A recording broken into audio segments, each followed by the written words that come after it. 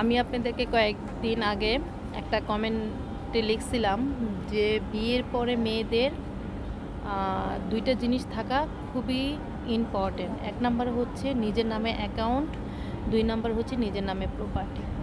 এটা অনেকে ভালো চোখে দেখছেন, আবার অনেকে খারাপ চোখে দেখছেন। সো আমি আমার দিক থেকে বলতেছি, যার যার এবিলিটি যেরকম আছে ও দিক থেকে আমি এই কথাটা বলছি আর কি। যেমন ধরুন আজকে হাজব্যান্ড আছে, আল্লাহ মাফ করুক, অনেক সময় বউর আগে হাজব্যান্ডে মারা যায়, তখন তার ছেলে মেয়ে আছে, তখন ওই মেয়েটা কোথায় যাবে, কার কাছে যাবে?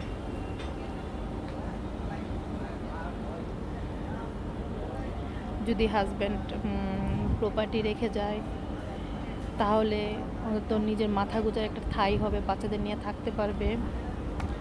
আর যদি তার নামে কোনো অ্যাকাউন্ট খুলে যায়, তাহলে ওইখানে কিছু ব্যালেন্স থাকবে, ওটা ব্যাংকে রেখে বাচ্চাদের নিয়ে চলবে ভবিষ্যৎ। এটার পারপাস আমি বলছি, যার যেরকম এবিলিটি প্রতিদিন আপনারা কিছু কিছু হইলেও প্রতি মাসে বউর নামে বাচ্চার নামে সঞ্চয় করেন, এটা মেয়েদের একটা ভবিষ্যৎ।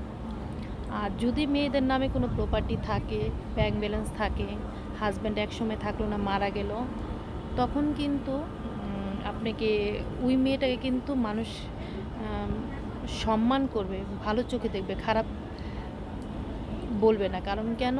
যখনই দেখবেন কোনো টাকা পয়সা নাই, হাজব্যান্ড নাই, মানুষের দুয়ারে, বিয়ের পরও বাপ মা পর হয়ে যায়, বাপ মা কিন্তু আগের মতো টেক কেয়ার করে না, দেখেও না, এবং আগের মতো যত্ন নেয় না, খোঁজখবর নেয় না। ভাইয়ের বউ সবই একই ধরনের।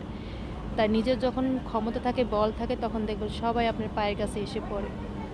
তাই যার যতটুকু সামর্থ্য, যার যতটুকু ক্ষমতা, ওটার মধ্যেই মেয়েদের নামে কিছু না কিছু থাকা আমার মতে ইম্পর্টেন্ট।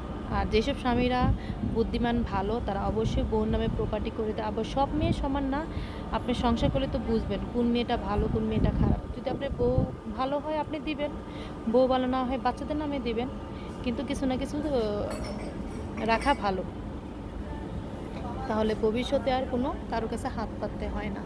আমি কিন্তু এই রেফারেন্সে কথাগুলো বলছি।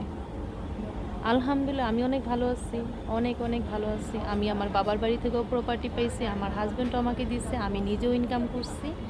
সব কিছু মিলে আমি আলহামদুলিল্লাহ ভালো আছি। ঠিক আছে, সবাই খুব ভালো থাকবেন। আসসালাম।